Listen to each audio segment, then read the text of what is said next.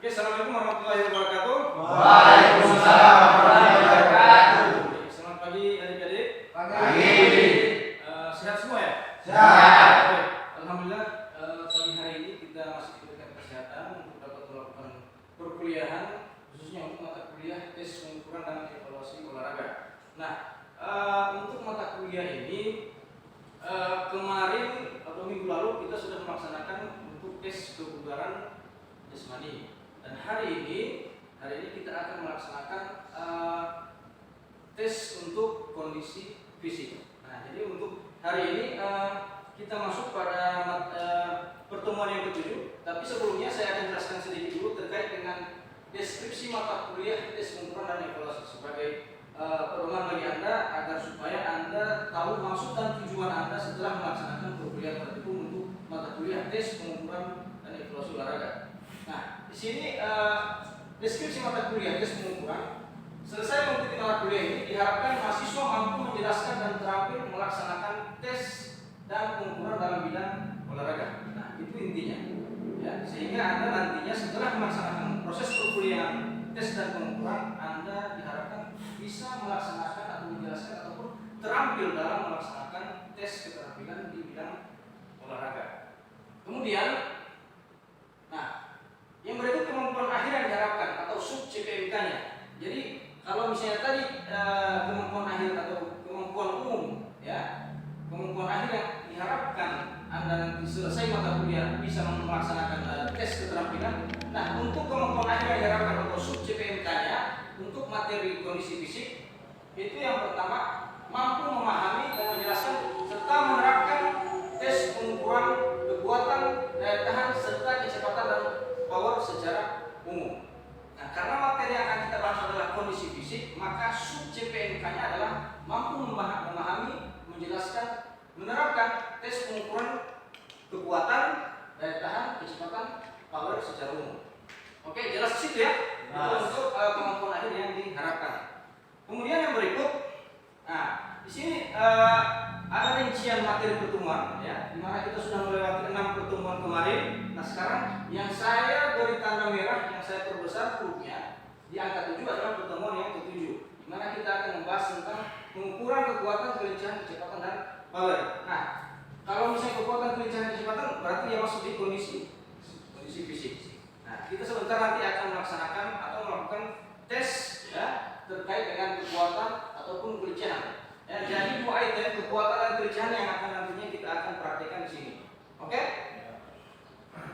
Ini sambungan materi sampai pertemuan 16. Nah, ini kondisi fisik. Nah, kondisi fisik merupakan materi yang akan kita bahas pada hari ini. Ada tahu enggak? Ada yang tahu kondisi fisik itu apa saja? Ya. Oke, silakan. Kelincahan. Oke, apa lagi? Power. Apa lagi? Daya ledak. Apa lagi? Kekuatan. Apa lagi? Strength. Nah, sama ya. Semua bahasa Inggrisnya itu. Apa lagi? Ya. Ada lagi? Reaksi. Ya, reaksi. Koordinasi. Ya. Jadi keseimbangan. Ya. Jadi kurang lebih ada berapa? Ada 10 komponen kondisi fisik. Nah, ini kita bisa perhatikan di sini ada kekuatan, terus ada daya tahan, ya, ada daya ledak, ada kecepatan, ada kelentukan, keseimbangan, koordinasi, kelincahan, ketepatan, dan reaksi. Nah, bagian yang akan kita bahas pada hari ini di nomor 8 kelincahan sama di bagian 1 atau kekuatan. Ya, jadi di tempat Anda kuliah sekarang di laboratorium olahraga ada tersedia beberapa alat tes, namun yang akan kita praktekkan pada hari ini di bagian kekuatan maupun di koordinasi. Ya. Jadi ada 2, kekuatan sama koordinasi. Ya. Tentunya masuk pada kondisi fisik. Oke, lanjut. Nah, di sini kita bahas sedikit tentang kelincahan dengan kekuatan. Nah, ada yang tahu kelincahan itu apa? Oke, silakan apa? Kelincahan itu perpindahan gerak tubuh dari satu titik ke titik yang lain. Oke, perpindahan tubuh dari satu titik ke titik yang lain. Oke, ada lagi? Kelincahan? Ada? Oke, kalau misalnya ada, kita lihat perhatikan sini. Kemampuan dari tubuh atau bagian tubuh untuk mengubah arah gerak secara mendadak ataupun tiba-tiba dengan kecepatan yang relatif lebih tinggi. Ya, jadi ketika misalnya orang melakukan gerakan, dia bergerak dari satu titik ke titik yang lain dengan kecepatan yang tinggi. Bukan hanya bergerak begini, tidak. Itu bukan kelincahan namanya. Itu hanya berpindah. Tetapi kalau kelincahan dia pindah. Ada reaksi, ya, di mana kecepatan itu yang dilihat, ya. Itu adalah apa? Kelincahan. Sekarang kekuatan. Ada yang tahu kekuatan enggak? Oke, silakan sini. Perubahan kontraksi otot. Oke, perubahan kontraksi otot ya. Ya. Kalau misalnya ini saya angkat, apa yang berperan di sini? Ya. Ini yang saya angkat. Apa yang berperan? Kalau secara kasat mata, secara keseluruhan kita lihat yang bergerak adalah tangan, kan? Ya. Tapi unsur dari tangan itu apa saja? Ya, otot yang bekerja di sini. Ya, sehingga benda ini bisa saya angkat dengan bantuan apa? Kekuatan otot. Nah, itu maksudnya. Ya. Jadi kita bisa disebut kemampuan otot dalam melakukan kontraksi untuk melakukan tegangan terhadap suatu tahanan. Ya. Jadi kalau misalnya ini kita cuma pegang saja nggak diangkat, berarti tidak ada yang bekerja di situ. Ya, ketika kita angkat, nah berarti ada yang bekerja. Memang secara kasat mata kita lihat yang bekerja hanya bagian tangan. Ya, tapi lebih dalam lagi bahwa yang mengangkat ini adalah atau yang menggerakkan tangan ini adalah otot. Ya, itu yang harus kita pahami. Oke, lanjut. Nah, karena yang akan kita bahas di sini adalah kelincahan sama kekuatan. Nah, jadi di sini ada prosedur pelaksanaan ya tes kelincahan dan kekuatan. Ya, kalau misalnya kita melakukan tes kelincahan ada alat ukurnya atau alat tesnya, kita melakukan tes untuk kekuatan ada alatnya juga. Untuk kekuatan kita akan mendeteksi atau menganalisis kekuatan otot perut. Karena bagian dari kekuatan itu kan banyak, ada kekuatan otot lengan, ya, tungkai, ya, bagian atas, bagian bawah. Yang akan kita ukur adalah bagian tengah atau perut, kekuatan otot perut. Ya, kalau untuk kelincahan ada alat tesnya. Oke, sekarang kita langsung masuk ke prosedur pelaksanaan serta alat tes yang digunakan. Oke. Nah, di sini kemarin saya sudah buat buku panduan untuk penggunaan alat laboratorium olahraga. Kebetulan kan saya adalah kepala lab di pendidikan kepelatihan olahraga. Jadi di sini saya sudah buat, tapi di sini ada beberapa alat tes. Tapi yang akan kita praktekkan pada kesempatan kali ini adalah side stepping. Ini Anda bisa kelihatan jelas ya? Side stepping, ya. Kemudian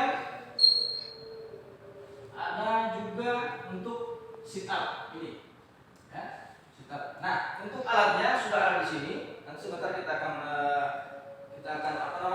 bahas satu persatu device-nya atau alatnya, bagaimana cara penggunaannya. Karena di sini ada kalau untuk alat alat tes agility atau kelincahan itu harus ada dikoneksikan kabel-kabelnya, sehingga perlu kehati-hatian dalam melakukan operasional alatnya. Kalau untuk tes sit up atau kekuatan itu langsung kita colokan saja ke aliran setrum, maka alatnya langsung bisa bekerja. Oke.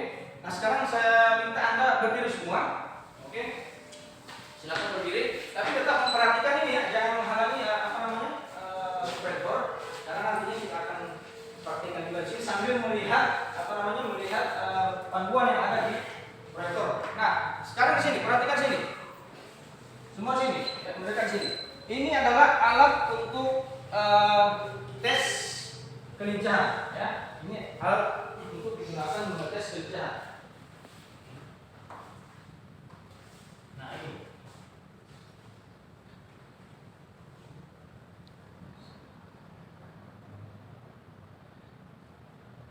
Oke, ini bisa Anda perhatikan di layar. Alat tes ini namanya side stepping. Ya, side stepping. Kegunaannya adalah untuk mengukur kelincahan atau agility. Ya. Nah, di sini ada prosedur pelaksanaannya. Anda perhatikan bahwa ini adalah alat kontrolnya atau panel kontrol dari hasil yang Anda akan gunakan sebentar. Kemudian di sini ada kabel-kabelnya yang menghubungkan ke sensor atau alat sensornya. Ya. Jadi perhatikan sini. Ini adalah alat induknya atau panel kontrolnya. Ketika Anda mau menghidupkan, di sini ada tombol powernya, on off.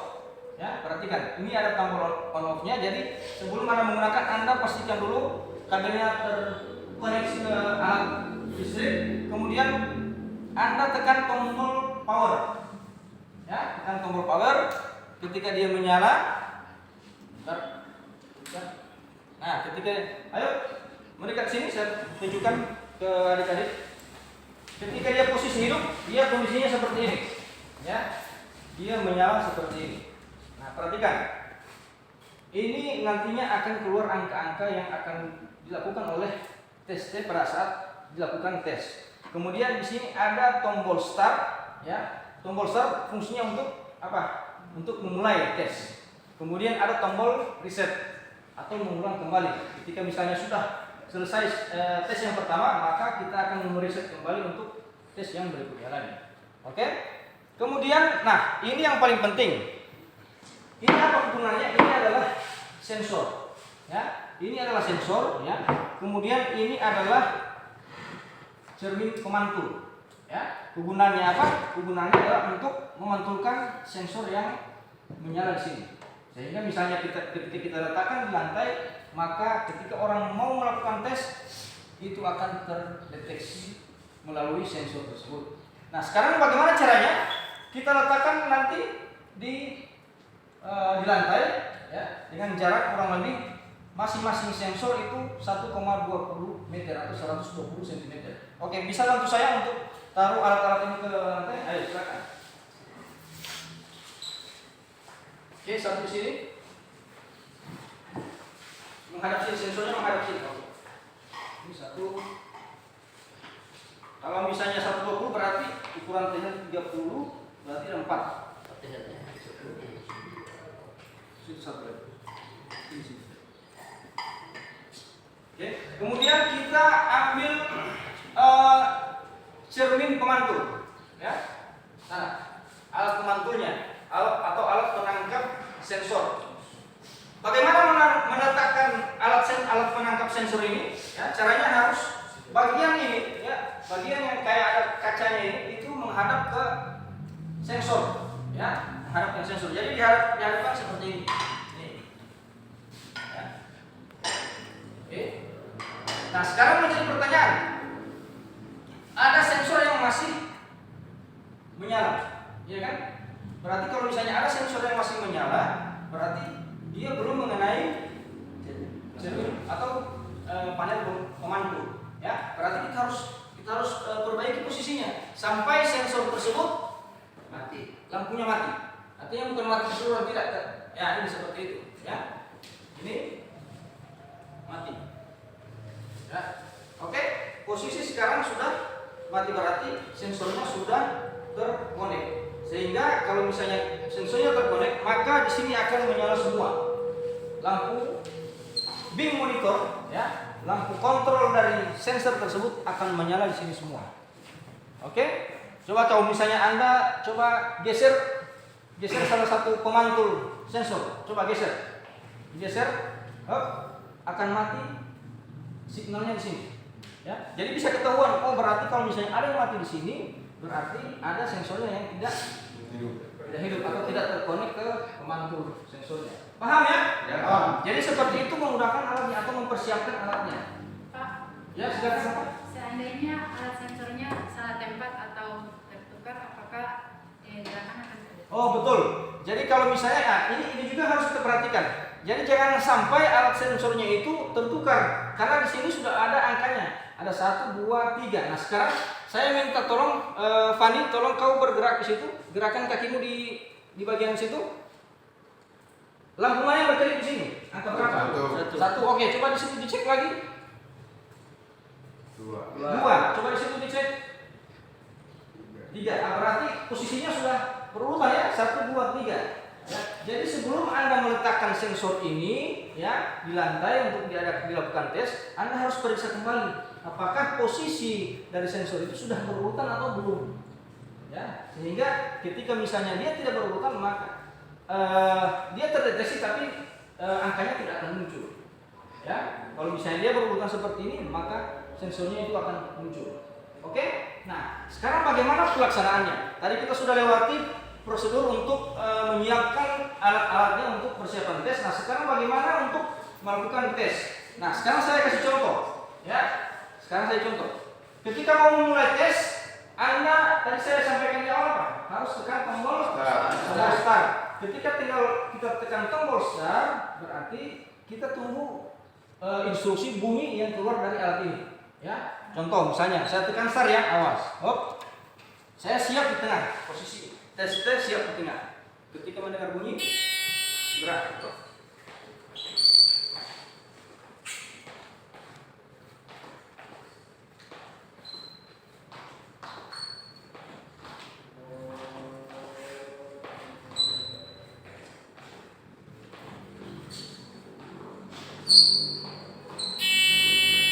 Ketika dengar bunyi, berhenti. Ya, ketika mendengar bunyi berhenti. Jadi di awal ketika ditekan start, ada sinyal bunyi bergerak, kemudian Anda bergerak terus, ya, side stepping. Kemudian ketika mendengar bunyi yang kedua, itu berhenti. Nanti tandanya apa? Tesnya selesai. Oke, nanti hasilnya akan muncul di sini. Ini angka tadi saya melakukan side stepping itu munculnya di sini. Angka 20. Oke, nanti ada di konversinya ada. Nanti angka berapa dia masuk kategori bagus, kurang sekali dan lain sebagainya. Ya, oke. Ketika misalnya Anda mau melakukan tes lagi, kita tekan alat apa? Reset. Nah, dia kembali ke nol. Oke, paham? Mudah kan untuk menggunakan alat ini? Ya, sudah terlalu sulit. Ya, oke. Itu untuk tes tes kelincahan. Nah, sekarang kita pindah ke alat yang satunya lagi untuk mengetes kekuatan hot rod. Nah, oke, perhatikan sini.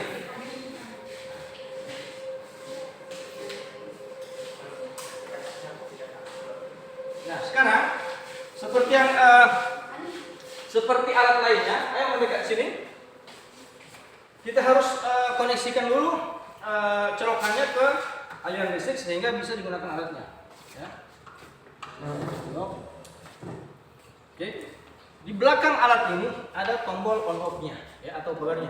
Jadi kita nyalakan di sini, bagian belakang. Nah, nyala kan? Dia nyala. Oke. Sekarang misalnya kalau Anda mau melakukan tes, di sini ada tombol start. Ya. Jadi nanti kalau misalnya ada yang melakukan tes, ada satu orang sebagai tester yang akan mengontrol alat tersebut, yang menekan start. Kemudian yang tesnya atau sampelnya itu melakukan aktivitas atau gerakan. Ya, gerakannya adalah sit up. Nah, kalau gerakan sit up berarti kita harus melakukan gerakan berbaring kemudian bangkit dan diulangi terus sampai kita mendengar bunyi dari sini untuk berhenti. Oke, ketika saya tekan start, maka akan muncul di sini angka atau hitungan mundur dari 5, 4, 3, 2, 1. Oke, saya kasih contoh. Perhatikan sini. Jadi posisi duduknya, ya, kita harus memanfaatkan tahanan yang ada di depan sini untuk melakukan sit up. Ya. Oke, sekarang saya tekan start. Di sini kan ada hitungan 5, 4, 3, 2, 1. Mulai.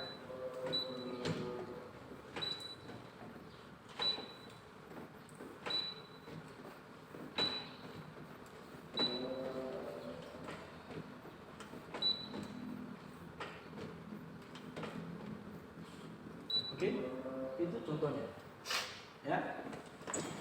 Jadi tadi ketika saya melakukan aktivitas ada yang tidak terbaca, ya kan? Ketika dia terbaca dia bunyi, kemudian ada angka yang muncul. Ya, paham anda? Jadi gerakannya harus apa? Harus betul. Ada pertanyaan di sini terkait dengan tes kekuatan sit up? Oh iya, silakan. Apakah ketika sampel bangun dari sit up agar bisa terbaca oleh sensor, apakah badannya harus bangun full atau bisa setengah? Nah, itu yang pertanyaannya saya tunggu.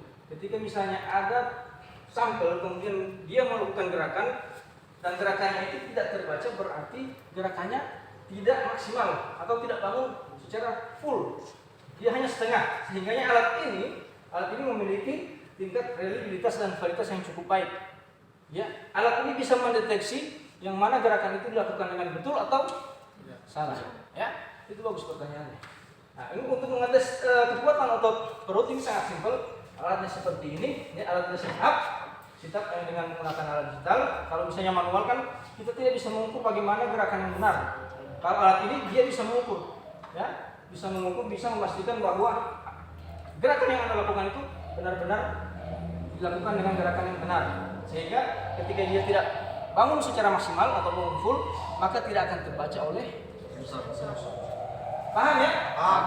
Oke, kalau misalnya Anda paham, nah sekarang ayo kembali ke sini semua. Jadi jangan sampai untuk alat. Sekarang Anda saya akan bagi menjadi dua kelompok, ya, menjadi dua kelompok. Yang nantinya dari dua kelompok ini Anda akan melakukan tes, entah itu agility test ataupun tes kekuatan, ya. Nah sekarang coba berbaris, ya. Saya tentukan saja ya. Yang jelas dari masing-masing kelompok ada perempuannya satu, ya. Oke, ini coba geser sebelah. 1, 2, 3, 4, 5, 6, 7. Oke, 1, 2, 3, 4, 5, 6. Oke, jadi kelompok 1 ada 7 orang, kelompok 2 ada 6 orang. Oke, saya tentukan. Yang ini Anda melakukan tes agility atau kelincahan. Ya, Anda melakukan tes atau mempraktekkan tes kekuatan otot perut. Ya, oke. Sekarang Anda saya bagi tugas masing-masing. Anda diskusikan kurang lebih 3 menit ya untuk menentukan siapa yang mengoperasikan alat, ya, siapa yang mencatat skor, ya, dan siapa yang menjadi sampelnya atau tesnya. Oke, Anda tentukan dari sekarang. Saya kurang lebih 1 menit saja, apa 1 menit. Silakan yang di operator. Oke.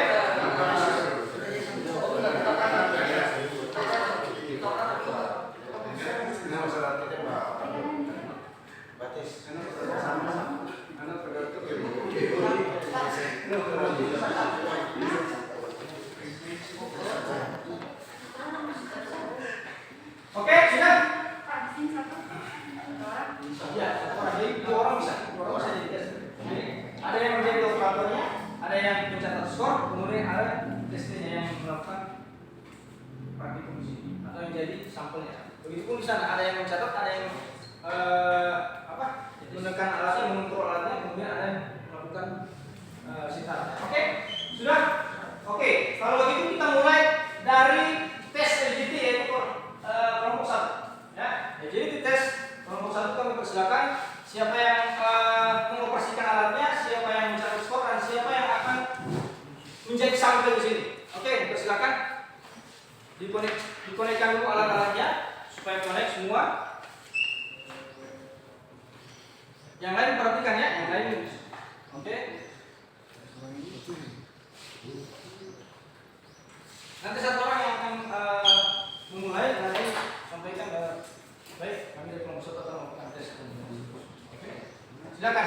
Ayo. Alatnya sudah disiapkan. Oke. Pastikan alatnya sudah connect semua, mesin-mesinnya sudah menyala, sudah fix. Oke, silakan dimulai. Ini siapa mencatat skor? Siapa mencatat skor? Siapa? Siapa mencatat skor? Yang mencatat skor siapa? Perhatikan di situ ada tes.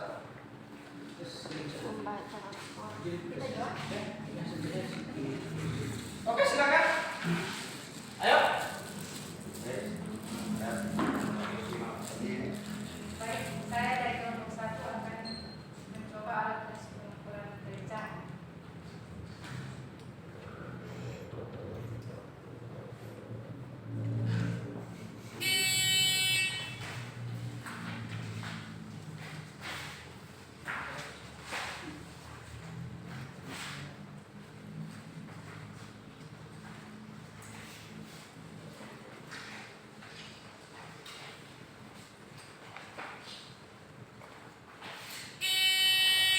Oke, cukup. Ya. Nanti dicatat skornya. Oke, siapa lagi yang berikut? Satu orang lagi. Ayo.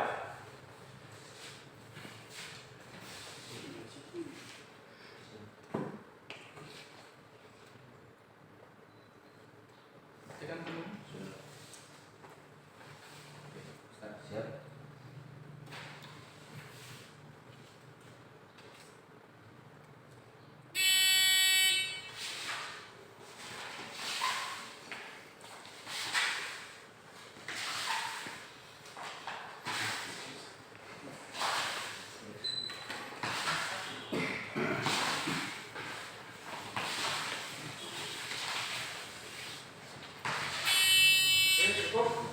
catat skornya ya.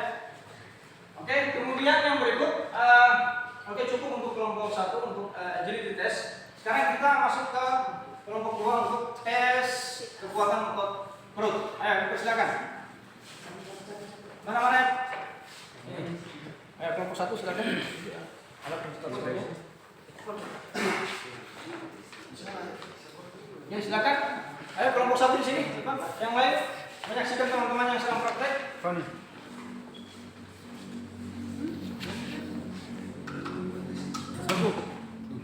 Ikram.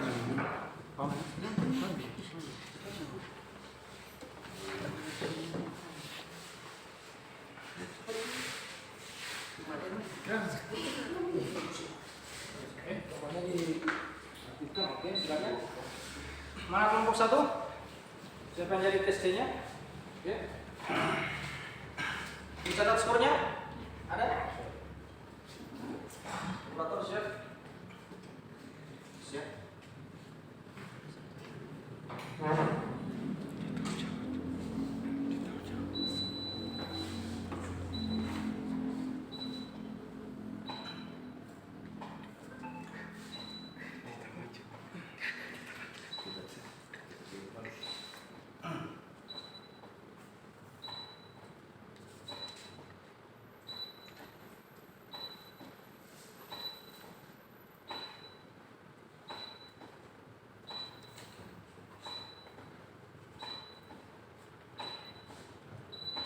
Oke, cukup. Dicatat semuanya berapa? Oke, cukup. Kita kembali ke sini. Ayo, kita kumpul sini. Berdiri saja apa-apa. Nah, sekarang perhatikan. Ayo kembali ke sini. Adik-adik semua. Oke, perhatikan sini ya. Jadi Anda tadi sudah melaksanakan 2 tes ya, yakni agility test atau tes kelincahan dengan tes kekuatan dengan menggunakan alat sikat digital. Jadi dua-duanya itu merupakan alat digital ya.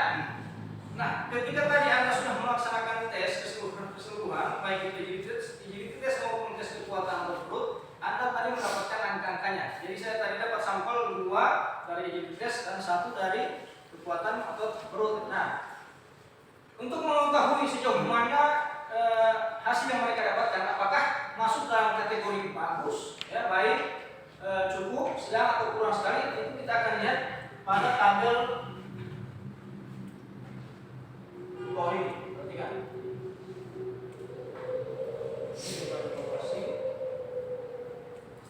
Nah, ini norma tesnya. Tadi kita melakukan apa? Side stepping. Ini di nomor 2. Side stepping. Nah, di sini kita perhatikan untuk laki-laki kalau baik sekali itu di kisaran 43 ke atas. Ya, itu baik sekali. Untuk bagus 37 sampai 42. Sedang 33 36. Ya, kemudian untuk perempuan baik sekali 36, bagus 32, 35 dan seterusnya. Itu untuk side untuk apa? Sit up ya. Itu untuk sit up. Kemudian untuk ini side stepping. Ini laki-laki baik sekali itu kisaran 50, perempuan 45 dan seterusnya. Ini kurang lebih norma tes yang dijadikan patokan untuk menentukan bahwa hasil yang Anda dapatkan itu mendapatkan hasil yang bagus, kurang, cukup, atau kurang sekali. Oke, paham? Ya, jadi saya rasa itu materi yang kita bahas pada kesempatan kali ini. Ya, semoga apa yang kalian dapatkan pada hari ini bisa bermanfaat untuk Anda sehingga Anda setelah proses perkuliahan ini Anda bisa mengoperasikan alat-alat yang ada di lab ini. Oke, lebih dan kurang saya mohon maaf. Assalamualaikum warahmatullahi wabarakatuh. Waalaikumsalam warahmatullahi wabarakatuh.